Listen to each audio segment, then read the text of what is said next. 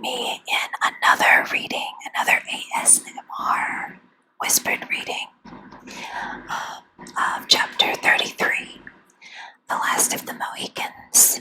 This is our last chapter in this book. So as usual, we will start with setting our intention and clearing our space and summarizing chapter 32, which is a little bit longer, I think, than usual with some details. And then we'll read chapter 33 and finish out the story. So if you've been with me since chapter 1 or even chapter 10, maybe, or 15, pat yourselves on the backs. And yeah, if you're just getting tuned in, I hope you will go and listen to the whole series and check out my other videos as well. Oh, and also, please don't forget to hit the subscribe button if you want to get notified and keep up with the new videos for this channel. And also like and share and comment too, of course. Alright, so without further ado, let's go ahead and just get right into it by starting with setting our intention. I should move the book out of the way first, right guys?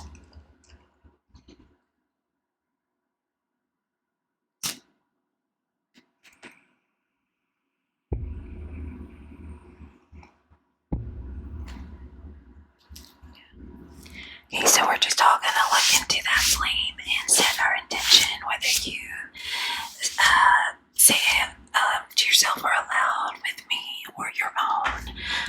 But yes, I set the intention that tonight's reading, tonight's ASMR reading, accomplish the greatest and highest good for all. And we're going to set this to the side, just in front of the crystals. There we go. Okay, now let's go ahead and keep the book where it is and give ourselves an initial water cleanse here. And then we'll do a smoke cleanse. And this, of course, has the lavender oil, some essential oil. I'm back to using the brown bottle for aesthetics. Sometimes, though, the sounds are not as strong. I don't know why. Okay, I hope I didn't give you any motion sickness with all that, shaking that bottle like that.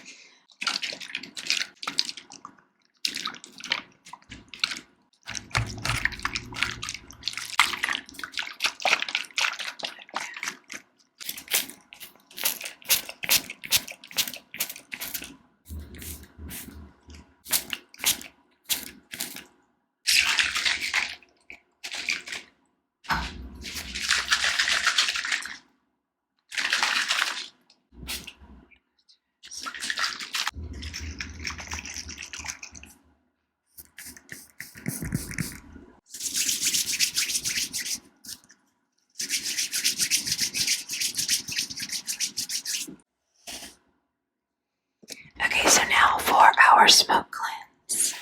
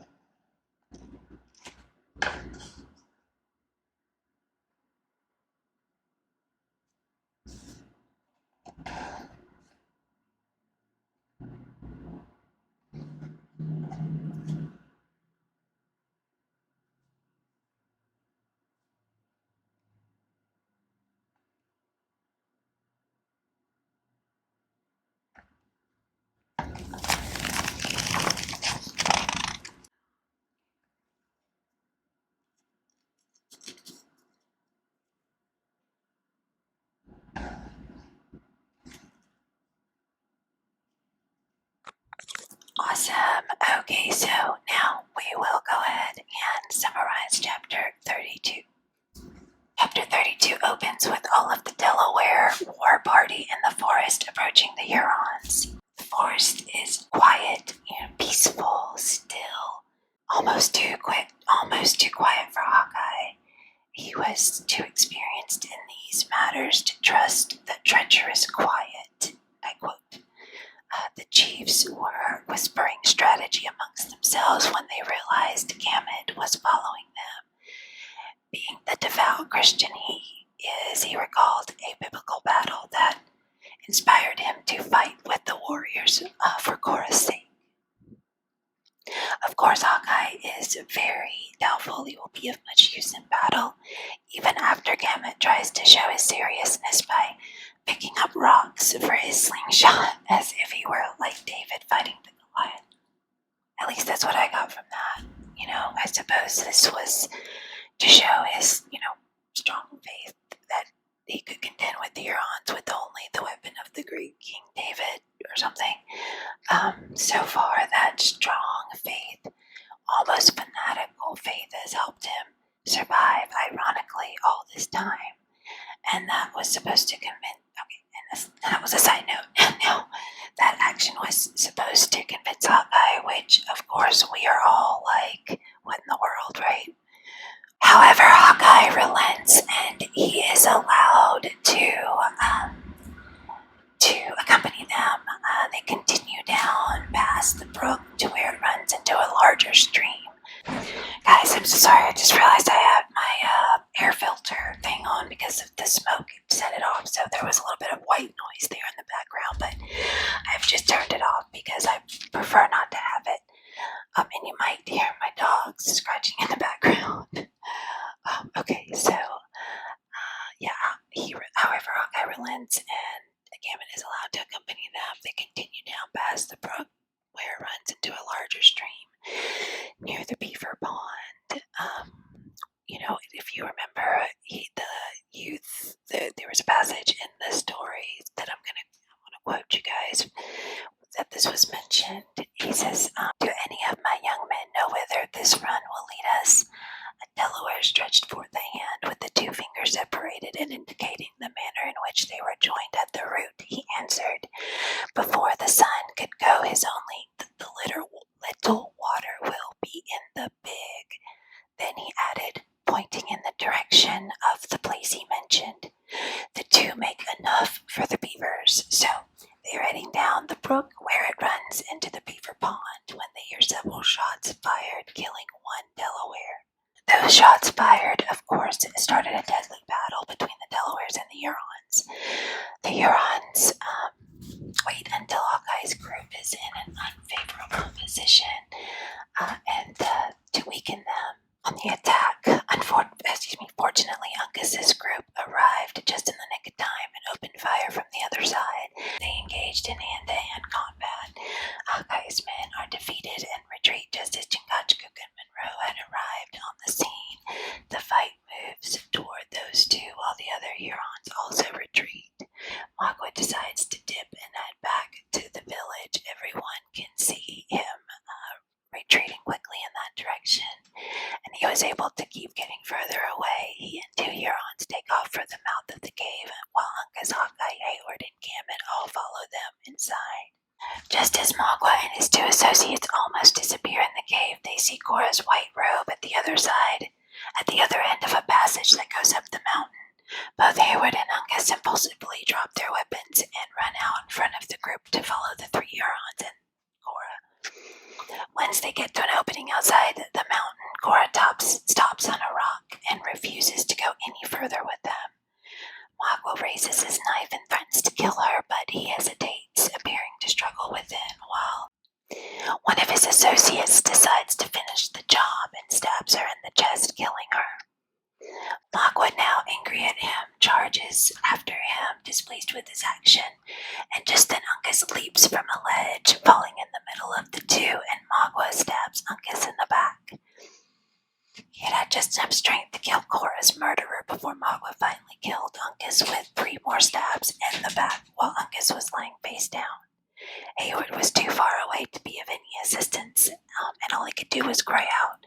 However, Gamut had a favorable position over the scene and flings a rock to strike the other Huron associate on the head, killing him, or at least knocking him unconscious for a bit. Gamut now has the upper hand on Magua, and Magua tries to escape, leaping over a wide fissure or split in the rocks, or crack, if you will. Now he starts taunting the others, thinking he's gotten to safe ground, and then he makes another jump to even safer ground. But he falls short and manages to get a hold of a shrub off the ledge. He had just almost reached the mountainside when Hawkeye managed to shoot him enough to wound him. With an anxious look on his face, he loses his grip and falls to his death. So, two of the main characters in chapter 32 have been killed, along with Cora. So you've got the protagonist, so three main characters. You've got the protagonist and the antagonist, and then Cora, who is, Monroe's oldest daughter, who basically died for her sister, it seems. Very courageous young woman. And that's where we pick up in chapter 33. The very last chapter, guys.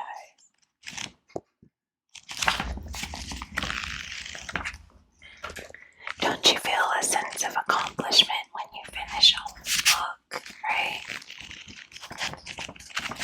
We just gotta get to the last chapter.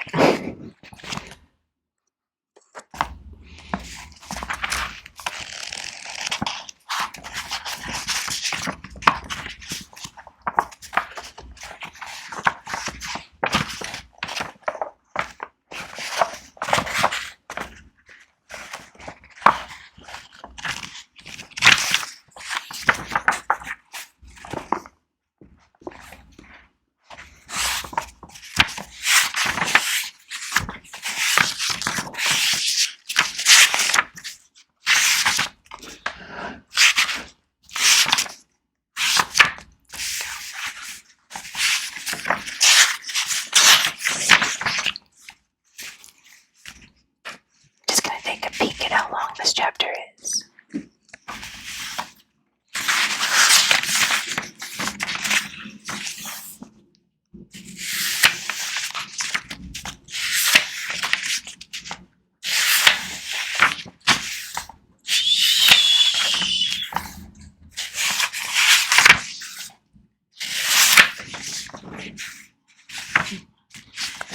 So right at 15 pages. All right, so let's just get right into it.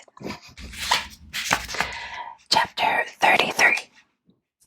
They fought like brave men, long and well. They piled that ground with Moslems slain. They conquered, but Bozarus fell, bleeding at every vein. His few surviving comrades saw his smile when rang their loud hurrah, and the red field was won. Then saw in death his eyelids close, calmly as to a night's repose, like flowers at set of sun. Halleck. The sun found the Lenape on the succeeding day, a nation of mourners. The sounds of the battle were over, and they had fed fat their ancient grudge, and had avenged their recent quarrel with the Mengwe by the destruction of a whole community. The black and murky atmosphere that floated around the spot where the Hurons had encamped sufficiently announced of itself the fate of that wandering tribe. While hundreds of ravens that struggled above summits of the mountains or swept in noisy flocks across the wide ranges of the woods furnished a frightful direction to the scene of the combat. In short, any eye at all practiced in the science of a frontier warfare might easily have traced all those unerring evidences of the ruthless results which attend a native vengeance. Still, the sun rose on the Lenape, a nation of mourners. So they survived. No shouts of success, no songs of triumph were heard in rejoicings for their victory. The latest straggler had returned from his fell employment, only to strip himself of the terrific emblems of his bloody calling and to join in the lamentations of his countrymen as a stricken people. Pride and exultations were supplanted by humility, and the fiercest of human passions were already succeeded by the most profound and unequivocal demonstrations of grief. So they were overcome with grief, in other words. The lodges were deserted, but a broad belt of earnest faces encircled in a spot in their vicinity whither everything possessing life had repaired, and where all were now collected in deep and awful silence. Though beings of every rank and age, of both sexes and of all pursuits, had united to form this breathing wall of bodies, they were influenced by a single emotion. Each eye was riveted on the center of that ring, which contained the objects of so much and of so common an interest. 6 Delaware girls, with their long, dark, flowing tresses falling loosely across their bosoms, stood apart and only gave proof of their existence as they occasionally strewed sweet-scented herbs and forest flowers on a litter of fragrant plants that, under a pall of native robes, supported all that now remained of the ardent, high-souled, and generous Cora. Her form was concealed in many wrappers of the same simple manufacture, and her face was shut forever from the gaze of men. At her feet was seated the desolate Monroe. His aged head was bowed nearly to the earth, in compelled submission to the stroke of Providence, but a hidden anguish struggled about his furrowed brow, that was only partially concealed by the careless locks of gray that had fallen neglected on his temples. Gammon stood at his side, his meek head bared to the rays of the sun, while his eyes, wandering and concerned, seemed to be equally divided between the little volume which contained so many quaint but holy maxims, and the being in whose behalf his soul yearned to administer consolation. Hayward was also nigh, supporting himself against a tree, and endeavoring to keep down those sudden risings of sorrow that it required his utmost manhood to subdue. But sad and melancholy as this group may easily be imagined, it was far less touching than another, that occupied the opposite space of the same area. Seated as in life, with his form and his limbs arranged in grave and decent composure, Uncas appeared arrayed in the most gorgeous ornaments that the wealth of the tribe could furnish. Rich plumes nodded above his head, wampum gorgets, bracelets, and medals adorned his person in profusion. Though his dull eye and vacant lineaments too strongly contradicted the idle tale of pride they would convey. Directly in front of the corpse, Chingachgook was placed without arms, paint, or adornment of any sort except the bright blue blazonry of his race that was indelibly impressed on his naked bosom. During the long period that the tribe had been thus collected, the Mohican warrior had kept a steady, anxious look on the cold and senseless countenance of his son. So riveted and intense had been that gaze, so changeless his attitude, that a stranger might not have told the living from the dead. But for the occasional gleamings of a troubled spirit that shot athwart the dark visage of one, and the death-like calm that had forever settled on the lineaments of the other. The scout was hard by, leaning in a pensive posture on his own fatal and avenging weapon, while Tamenund, supported by the elders of his nation, occupied a high place at hand, whence he might look down on the mute and sorrowful assemblage of his people. Just within the inner edge of the circle stood a soldier in the military attire of a strange nation, and without it was his warehouse, in the center of a collection of unmounted domestics, seemingly in readiness to undertake some distant journey. The vestments of the stranger announced him to be one who held a responsible situation near the persons of the captain of the Canadas, and who, as it would now seem, finding his errand of peace frustrated by the fierce impetuosity of his allies, was content to become a silent and sad spectator of the fruits of a contest that he had arrived too late to anticipate. The day was drawing to the close of its first quarter, and yet had the multitude maintained in breathing stillness since its dawn. No sound louder than a stifled sob had been heard among them, nor had even a limb been moved throughout that long and painful period, except to perform that simple and touching offerings that were made from time to time in commemoration of the dead. The patience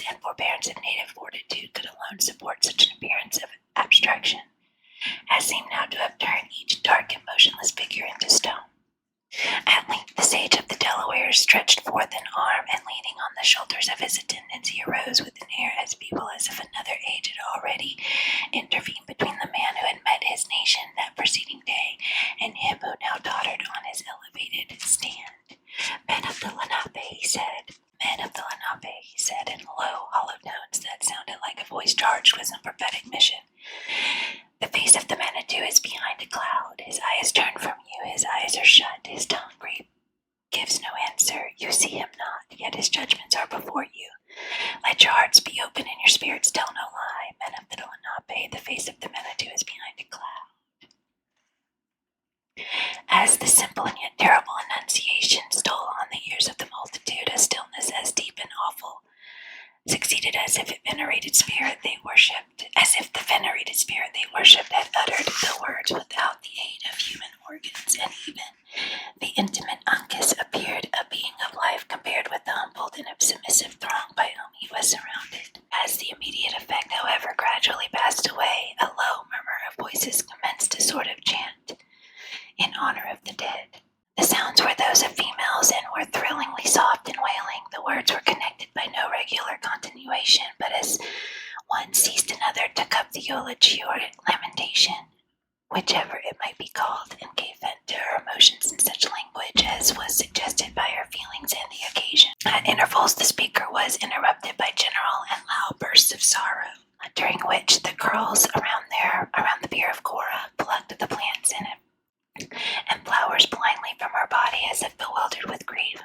But in the milder moments of their plaint, these emblems of purity and sweetness were cast back to their places with every sign of tenderness and regret. Though rendered less connected by many and general interruptions and outbreakings, a translation of their language would have contained a regular descent, but which in substance might have proved to possess a train of consecutive ideas.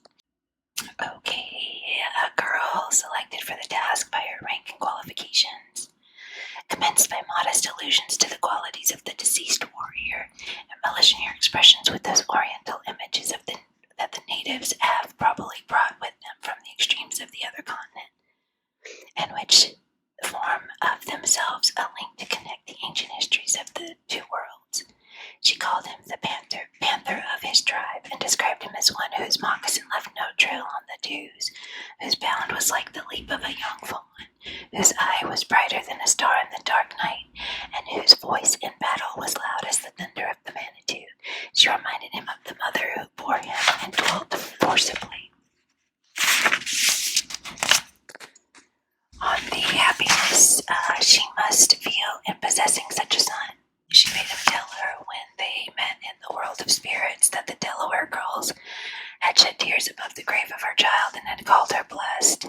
Then they who succeeded, changing their tones to a milder and still more tender strain, alluded with the delicacy and sensitiveness of women to the stranger maiden who had left the upper earth at a time so near his own departure as to render the will of the Great Spirit too manifest to be disregarded.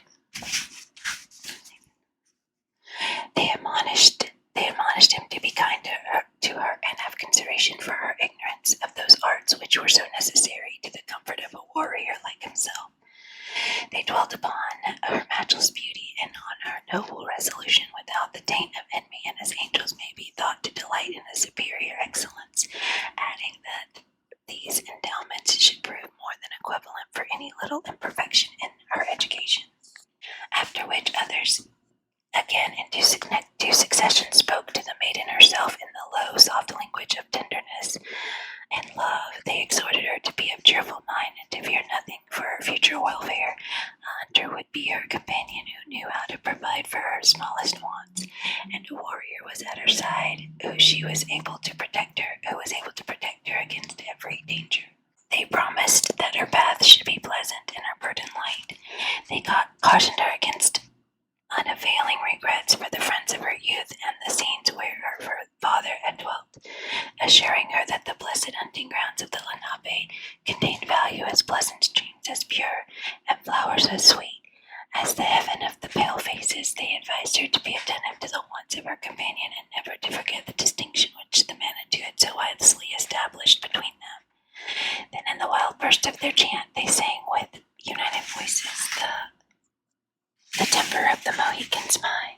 represented him noble, manly, and generous, all that became a warrior and all that a maid might love, clothing their ideas in the most remote and subtle images they betrayed, that in the short period of their intercourse they had discovered with the intuitive perception of their sex the truant disposition of his inclinations.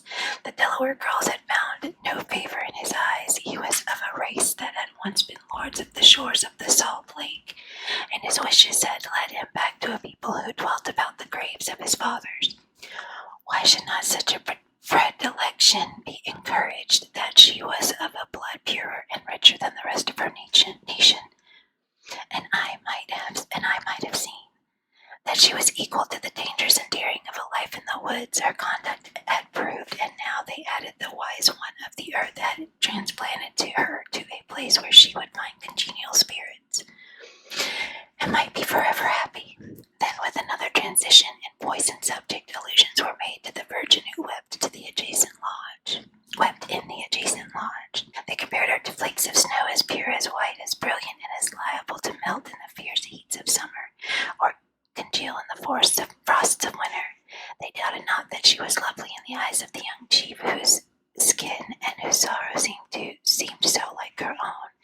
But though far from expressing such a preference, it was evident they deemed her less excellent than the maid they mourned. Still they denied her no meed her rare charms might properly claim. Her ringlets were compared to the exuberant tendrils of the vine, her eye to the blue vault of the heavens, and the most spotless cloud, with its glowing flush of the sun, was admitted to be less attractive than her bloom. During these and similar songs, nothing was audible but the murmurs of the music, relieved as it was, or rather,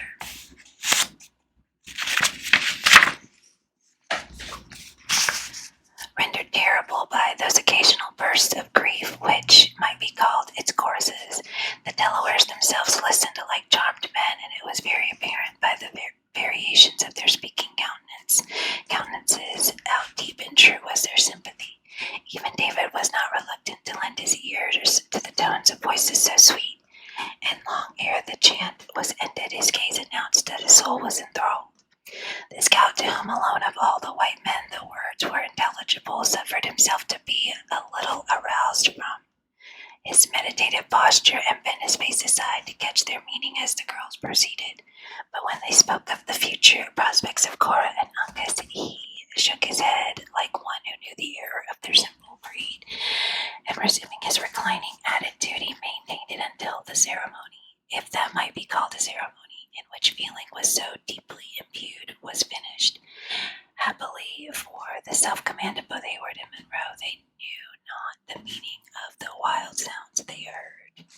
Chingachgook was a solitary exception to the interest manifested by the native part of the audience. Chingachgook was a solitary exception to the interest manifested by the native part of his audience. His look never changed throughout the whole of the scene, nor did a muscle move in his rigid countenance, even at the wildest or the most pathetic parts of the lamentation.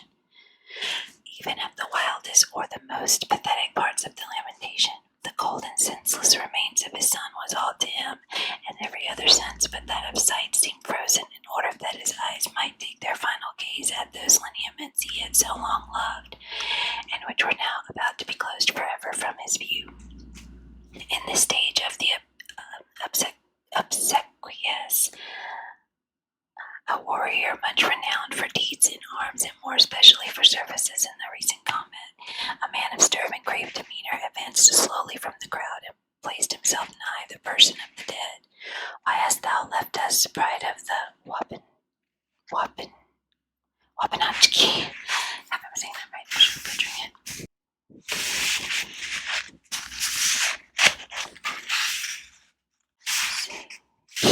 He said, addressing himself to the dull ears of Uncas, as if the empty clay retained the faculties of the animated man. Thy time has been like that of the sun when in the trees, thy glory brighter than his light at noonday. Thou art gone, youthful warrior, but 100 Wyandots are clearing the briars from thy path to the world of spirits. Who that saw thee in battle would believe that thou couldst die? Who before thee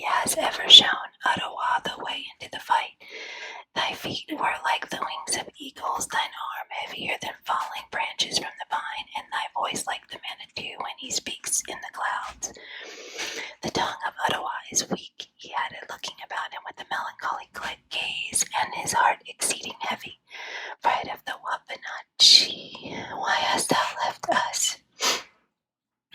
He was succeeded by others in due order until most of the high and gifted men of the nations had sung or spoken their tribute of praise over the manes of the deceased chief. When each had ended, another deep and breathing silence reigned in all the place. Then a low, deep sound was heard, like the suppressed accompaniment of distant music, rising just high enough on the air to be audible, and yet so indistinctly as to leave its character and the place whence it proceeded alike matters of the conjecture. It was, however, succeeded by another and another strain, each in a higher key, until they grew on the ear, first in long, drawn, and often repeated interjections, and finally in words. The lips of Chingachgook had so far parted as to announce that it was the modity of the father. So modity means a song about someone lamenting someone's death. The modity of the father, though not an eye was turned toward him, nor the smallest sign of impatience exhibited, it was apparent by the manner in which the multitude elevated their heads to listen, that they drank in the sounds with an intenseness of attention that none but Damon himself had ever before commanded.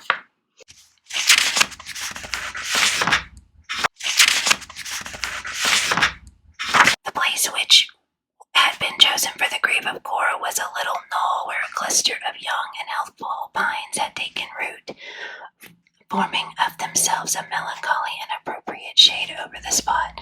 On reaching it, the girls deposited their burden and continued for many minutes, waiting with characteristic patience and native timidity for some evidence that they whose feelings were most concerned were content with the arrangement. At length the scout, who alone understood their habits, said in their own language, "My daughters have done well, the white men thank them." Satisfied with this testimony in their favor, the girls proceeded to deposit the body in a shell, ingeniously and not inelegantly fabricated of the bark of the birch. After which they lowered it into its dark and final abode. The ceremony of covering the remains and concealing the marks of the fresh earth by leaves and other natural and customary objects was conducted with the same simple and silent forms. But when the labors of the kind beings who had performed their sad and friendly offices were so far completed, they hesitated in a way to show that they knew not how much further they might proceed. It was in the stage of the rites that the scout again addressed them. My young women have done enough," he said. "The spirit of the pale-face has no need of food or raiment, their gifts being according to the heaven of their color. I see," he added, glancing an eye at David, who was preparing his book in a manner that indicated an intention to lead the way in sacred song, "that one who better knows the Christian fashions is about to speak." The female stood modestly aside, and from having been they now become the meek and attentive observers of that which followed. During the time David occupied in pursuing out the pious feelings of his spirit in this manner, not a sign of surprise nor a look of impatience escaped them. They listened like those who knew the meaning of the strange words, and appeared as if they felt the mingled emotions of sorrow, hope, and resignation they were intended to convey. Excited by the scene he had just witnessed, and perhaps influenced by his own secret emotions, the master of song exceeded his usual efforts. His full, rich voice was not found to suffer by a comparison with the soft tones of the girls, and his more modulated strains possessed, at least for the ears of those to whom they were peculiarly addressed, the additional power of intelligence. He ended the anthem as he had commenced it, in the midst of a grave and solemn stillness. When, however, the closing cadence had fallen on the ears of his auditors, the secret, timorous glances of the eyes, and the general and yet subdued movement of the assemblage betrayed that something was expected from the father of the deceased. Monroe seemed sensible that the time was come for him to exert what is perhaps the greatest effort of which human nature is capable. He bared his grey locks and looked around the timid and quiet throng by which he was encircled with a firm and collected countenance. Then, motioning with his hand for the scout to listen, he said, "Say to these kind and gentle females that a heartbroken and failing man returns them his thanks. Tell them that the being we all worship under different names will be mindful of their charity, and that the time shall not be distant when we may assemble around his throne without distinction of sex or rank or color." The scout listened to the tremulous voice in which the veteran delivered these words, and shook his head slowly when they were ended, as one who doubted their efficacy. To tell them this, he said, would be to tell them that the snows come not in the winter, or that the sun shines fiercest when the trees are stripped of their leaves. Then, turning to the women, he made such a communication of the other's gratitude as he deemed most suited to the capacities of his listeners. The head of Monroe had already sunk upon his chest, and he was again fast relapsing into the melancholy when the young Frenchman before named ventured to touch him lightly on the elbow. As soon as he had gained the attention of the mourning old man, he pointed toward a group of young natives who approached with a light but closely covered litter, and then pointed upward toward the sun. "I understand you, sir," returned Monroe, with a voice of forced firmness. "I understand you. It is the will of heaven, and I submit. Cora, my child, if the prayers of a heartbroken father could avail thee now, how blessed shouldst thou be. Come, gentlemen," he added, looking about him with an air of lofty composure, through the anguish that quivered in his faded countenance was too far powerful to be concealed. Our duty here is ended. Let us depart." Hayward gladly obeyed a summons that took them from a spot where each instant he felt his self-control was about to desert him. With his companions were mounting, however, he found time to press the hand of the scout and to repeat the terms of an engagement they had made to meet against within the posts of the British army. Then, gladly throwing himself into the saddle, he spurred his charger to the side of the litter, whence low and stifled sobs alone announced the presence of Alice.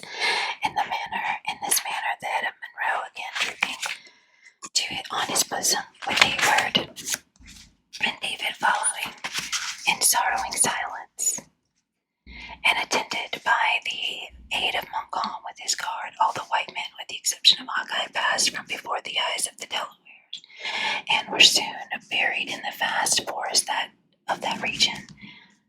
But the tie which, through their common calamity, had united the feelings of these simple dwellers in the woods with the strangers who had thus transiently visited them was not so easily broken.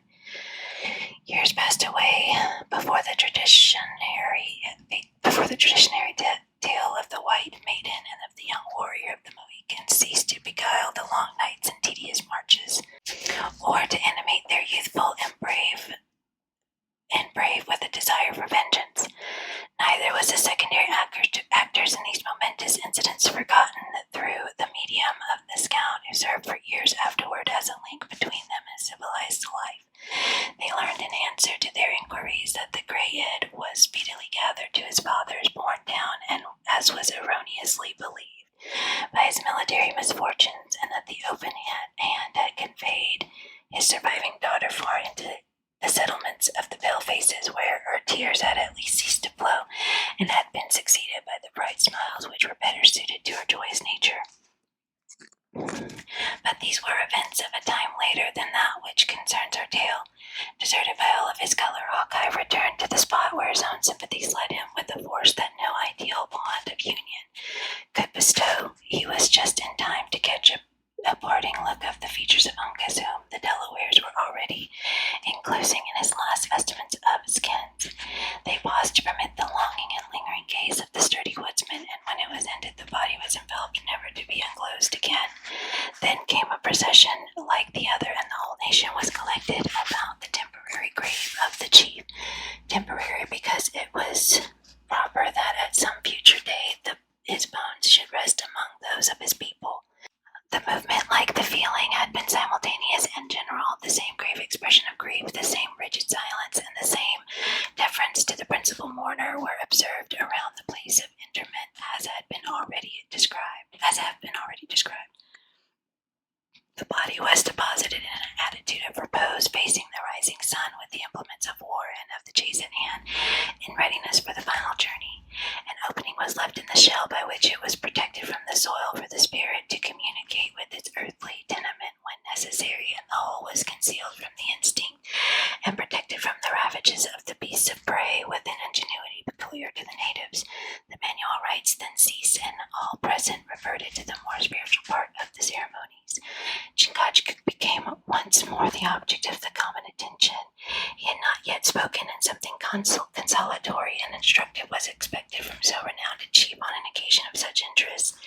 Conscious of the wishes of the people, the stern and self-restrained warrior raised his face, which had latterly been buried in his robe, and looked about him with a steady eye. He firmly compressed and expressive lips then severed, and for the first time during the long ceremonies his voice was distinctly audible. "Why do my brothers mourn?" he said, regarding the dark race of dejected warriors by whom he was environed. "Why do my daughters weep? Is that a young man has gone to the happy hunting grounds, that a chief has filled his time with honor? He was good, he was dutiful, he was brave, who can deny it? The Manitou had need of such a warrior, and he has called him away. As for me, the son and the father of Uncas, I am a blazed pine. The son and the father of Uncas, I am a blazed pine in a clearing of the pale faces. My race has gone from the shores of the Salt Lake and the hills of the Delawares. But who can say that the serpent of his tribe has forgotten his wisdom? I am alone."